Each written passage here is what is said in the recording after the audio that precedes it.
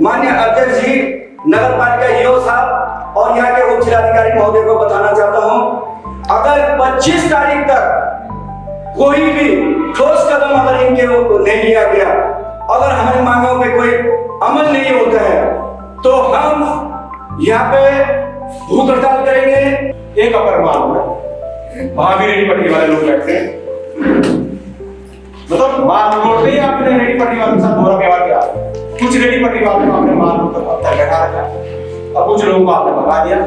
लेकिन इस प्रकार की भयंकर और विकराल स्थिति कभी भी जो है वो उत्पन्न नहीं हुई। सभी लोग आए, सभी ने राजनीति की और सभी ने अपने अपने कार्यकाल जो है वो पूरे किए। मेरा मानना ये है कि अगर वो वेंडर जोन जैसे बनाया जा रहा था, वो वेंडर जोन वहां के लिए सुलभ नहीं है। पूंजीपति जो यहाँ मसूरी में है, जो व्यापारी है, सारे नहीं बोलूंगा मैं, कुछ लोग हैं जिनके बहकाव में आकर यहाँ की अव्यवस्था को आप चौपट करना चाह रहे हैं। जो व्यवस्था बनी हुई थी उसको चौपट आपने कर दिया। अध्यक्ष जी, कौन आपको ऐसी सलाह दे रहे हैं? क्या आप इस मसूरी को क्या संदेश देना चाहते हैं? इन लोगों का भी है नाक, जिन्होंने आपको वोट दिए थे, जिन्होंने आपको सीट पे बिठाया, जिन्होंने रात दिन आपके लिए एक किया, क्या इनका नाक नहीं था? आपने आते क्या किया? सबसे पहले गरीब लोगों का रोजगार छीना। आपने फुटपाथ बनाना था, वहां पर बैरिकेड लगा दे जहां पर वेंडर से बैठना था। आज 9 महीने हो चुके हैं, 9 महीने में वेंडर जोन है क्या?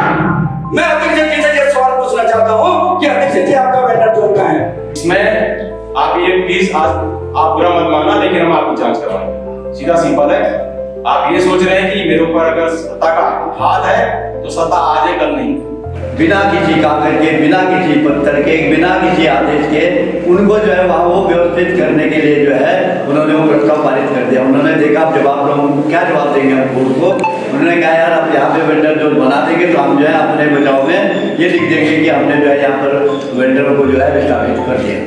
स्कूटी अगर खड़ी होती है तो आपकी रिस्पॉन्सिबिलिटी बनती है कि आप एक दबाव बनाएं प्रशासन पर, पुलिस पर, कि भाई ये स्कूटियां यहाँ नहीं लगनी चाहिए। हम भी विरोध करते हैं कि सड़क के किनारे खाली रहने चाहिए। लेकिन हो रहा है, मैं इस मंच के माध्यम से माननीय अध्यक्ष जी, नगर पालिका ईओ साहब और यहाँ के उप जिलाधिकारी महोदय को बताना चाहता हूँ, अगर 25 तारीख तक कोई भी ठोस कदम अगर इनके नहीं लिया गया, अगर हमारी मांगों पे कोई अमल नहीं होता है, तो हम यहाँ पे भूख हड़ताल करेंगे, जिसमें कि भूख हड़ताल में सबसे प्रथम लेडी हमारी जो है उत्सव जी यहाँ पे भूख हड़ताल पर बैठेगी और हमारे बीच हमारे अध्यक्ष समिति के अध्यक्ष श्री रामकृष्ण राय जी भूख हड़ताल पर बैठेंगे।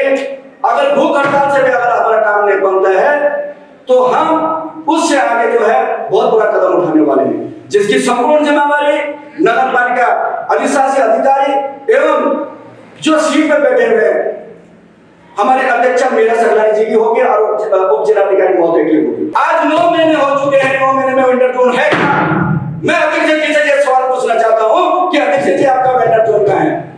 आप तो हमें लॉलीपॉप दे रहे, एक मजदूर का बसा कर दूसरे मजदूर को तुम मार रहे हो।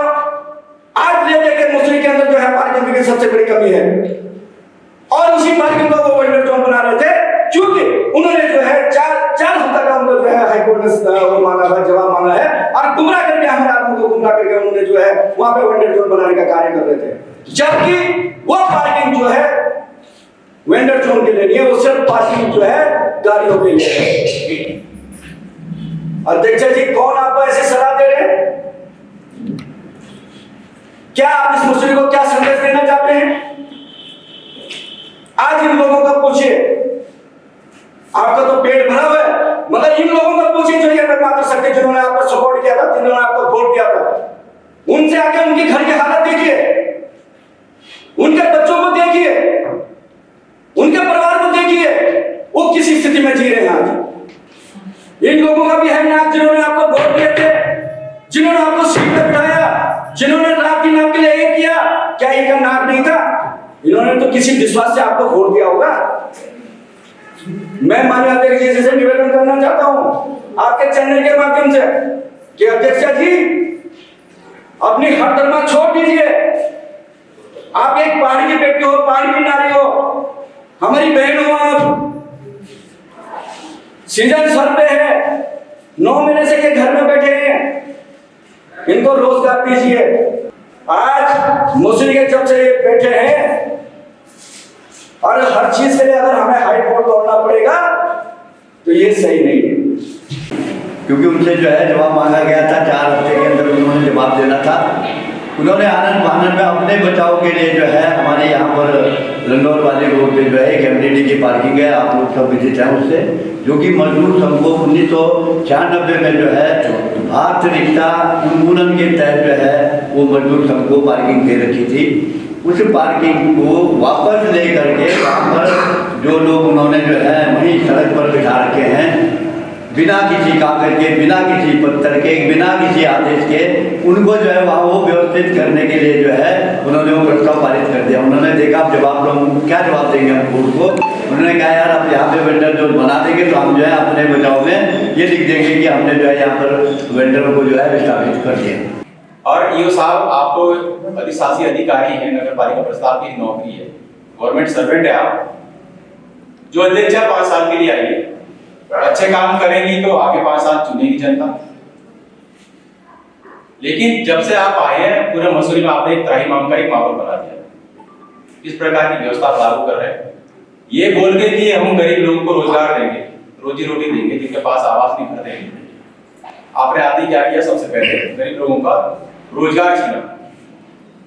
आपने फुटपाथ बनाना था, वहां पर बैरिकेड लगा दे, जहां पर वेंडर्स बैठना था, जहां पर वेंडर्स बैठते हैं वहां पर आपने एक बैरिकेड लगा दे, वहां पर फुटपाथ ही नहीं मतलब बन गया। मतलब किस प्रकार का ये आपने ये शहर मसूरी को क्या मतलब एक संदेश देना चाह रहे हैं कि पर्यटक जो हमारे घूमने के लिए आते हैं मसूरी में, विश्वविख्यात मसूरी में, तो अगर यहाँ पूछेंगे मसूरी पहाड़ों की रानी मसूरी है, तो किस प्रकार की ये पहाड़ों की रानी मसूरी को आपने बना दिया? ट्रैफिक जाम की व्यवस्था पुलिस प्रशासन का काम है, कोतवाल खुद बने बैठी अध्यक्ष हमारी, बैरिकेड लगाए, स्कूटी अगर खड़ी होती है तो आपकी रिस्पॉन्सिबिलिटी बनती है कि आप एक दबाव बनाएं प्रशासन पर, पुलिस पर, कि भाई ये स्कूटियां यहाँ नहीं लगनी चाहिए। हम भी विरोध करते हैं कि सड़क के किनारे खाली रहने चाहिए, लेकिन वेंडर्स कहाँ बैठेगा? अगर टीवी विस्थापित हो तो उनके लिए पहले कॉलोनियां उनके लिए चयनित हो गई, उनके बैठने की जो व्यवस्था है वो पहले से तय की गई, वो कहाँ जाएंगे। लेकिन आपने मसूरी माल में क्या किया? मसूरी माल रोड में आपने धोखा किया है लोगों के साथ। जो गरीब वेंडर्स हमारे बैठे, जितनी गरीब माताएं बहनें हमारे यहाँ बैठे, जो भाई बहन बैठे हैं, उनके परिवार के साथ आपने अनदेखी की है, झूठ बोला आपने, छला है जनता आपको वोट देके। लोकतंत्र में होता है सब, किस लिए नेता को चुना जाता है? क्योंकि आप बात में प्री प्लान है ही नहीं। आप चंद पूंजीपति जो यहाँ मसूरी में है, जो व्यापारी है, सारे नहीं बोलूंगा मैं, कुछ लोग जिनके बहकाव में आकर यहाँ की अव्यवस्था को आप चौपट करना चाह रहे, जो व्यवस्था बनी हुई थी उसको चौपट आपने कर दिया। इसमें आप ये प्लीज आज आप बुरा मत मानना, लेकिन हम आपकी जांच करवाएंगे। सीधा सिंपल है। आप ये सोच रहे हैं कि मेरे ऊपर अगर सत्ता का हाथ है तो सत्ता आज है, कल नहीं, उसके बाद क्या होगा? आपने तो परमानेंट रहना है ना।